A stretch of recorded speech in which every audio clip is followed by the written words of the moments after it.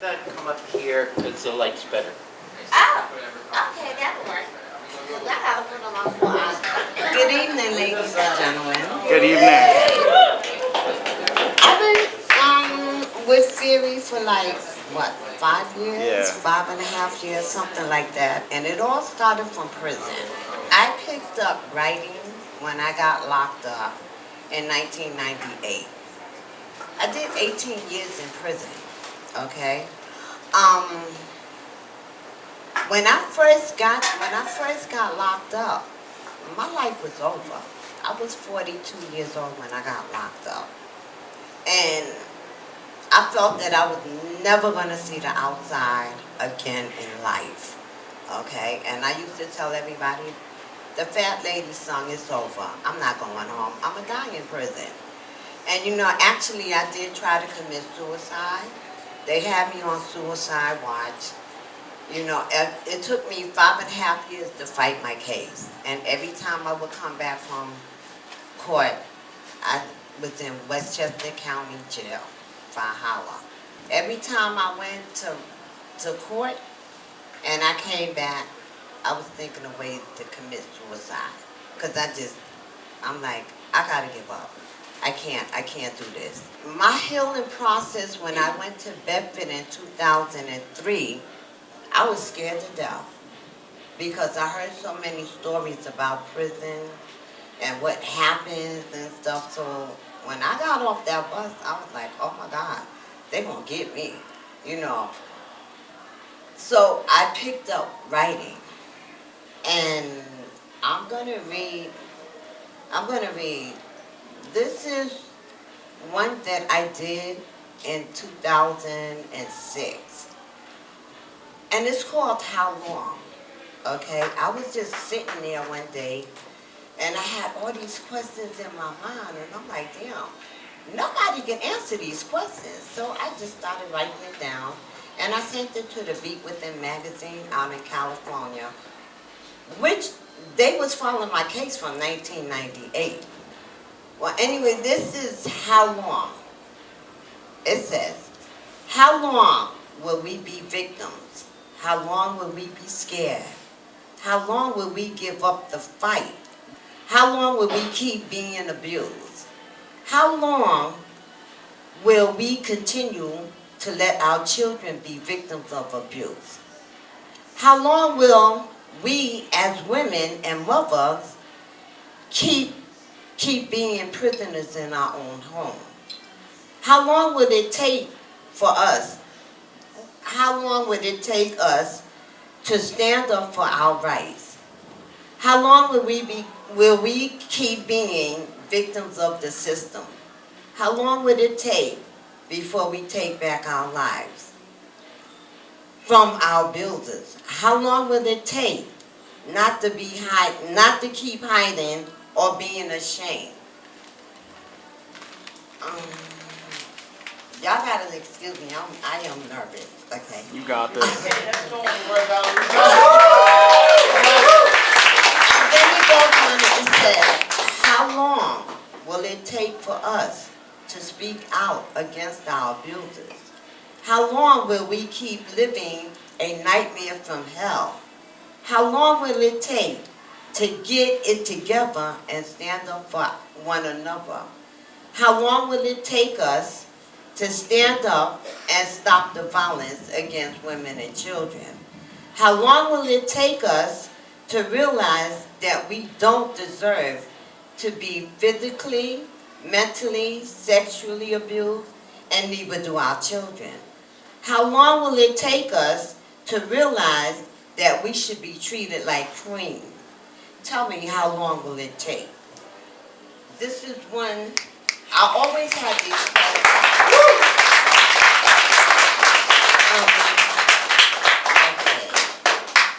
I always had these questions and still to this day, right now, I see so many women, men get abused too, but we're scared to stand up for that, you know, for our rights. And I wrote another one. This I wrote in 2012, and it says alone. When I'm alone in my cell, I think about what I did to be here. I remember being in an abusive relationship over 2 years and trying to figure out what I did wrong to get abused. Sometimes at night, I still have those nightmares, and when I wake up, I be crying. The pain and the hurt are still there.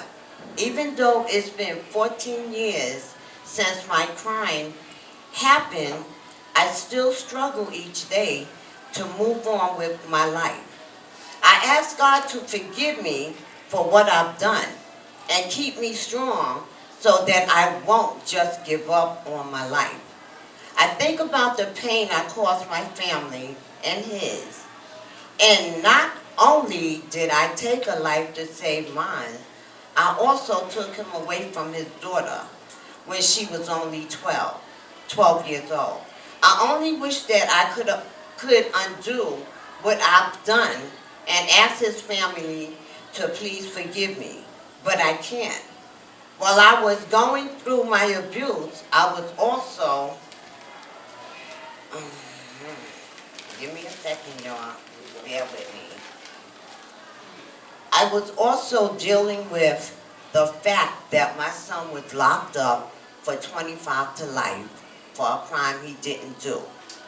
No matter what I was going through, I put my problems behind me so that I could be there for my daughter, grandkids, and my son who needed me the most.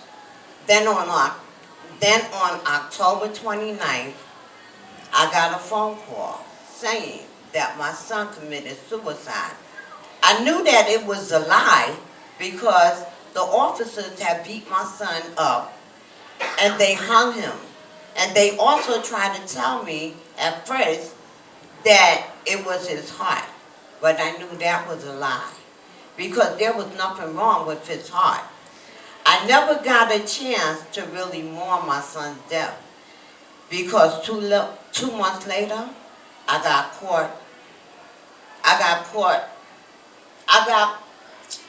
locked up from my case. This all happened in 1997. My son died. 1998, New Year's Day, I got locked up for second-degree murder. They charged me with 2 different crimes. They charged me with intentional murder and second-degree murder. They threw the intentional out. And like I was telling my lawyer, if I really meant to do this, I could have ran. I could have left.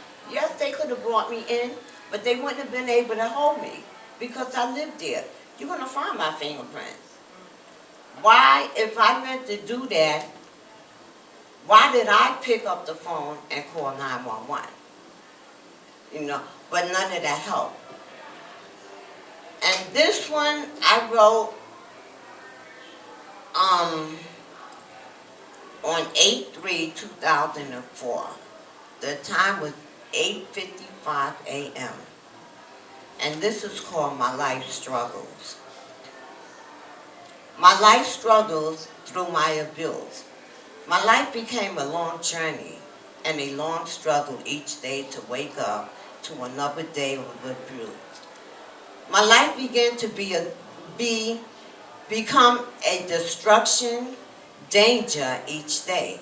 The pain and the hurt, stress and depression became to be part of my life struggle. Each day the pain and the hurt began to become deeper and deeper more each day. Trying to hold on, I had a death wish that became more and more dangerous to me. I seen my life fade away into a dark place where I couldn't come back to my life. I struggled through each night and day to hold on to a life I once had. I still struggle today. I struggled through sexual abuse as well as being physically abused. I tried so hard to hold on to my pride. I couldn't make any sense out of this and what was happening to me. I used to ask God to just take my life and free me from all the abuse that I've been going through. And that's all it is things that I went through and I struggled through. And what I seen in prison, I pray to God that nobody ever experienced what I experienced. I seen suicide, and I was one of them. I was on that list for many years until I finally got it together and I had people that was there to help me.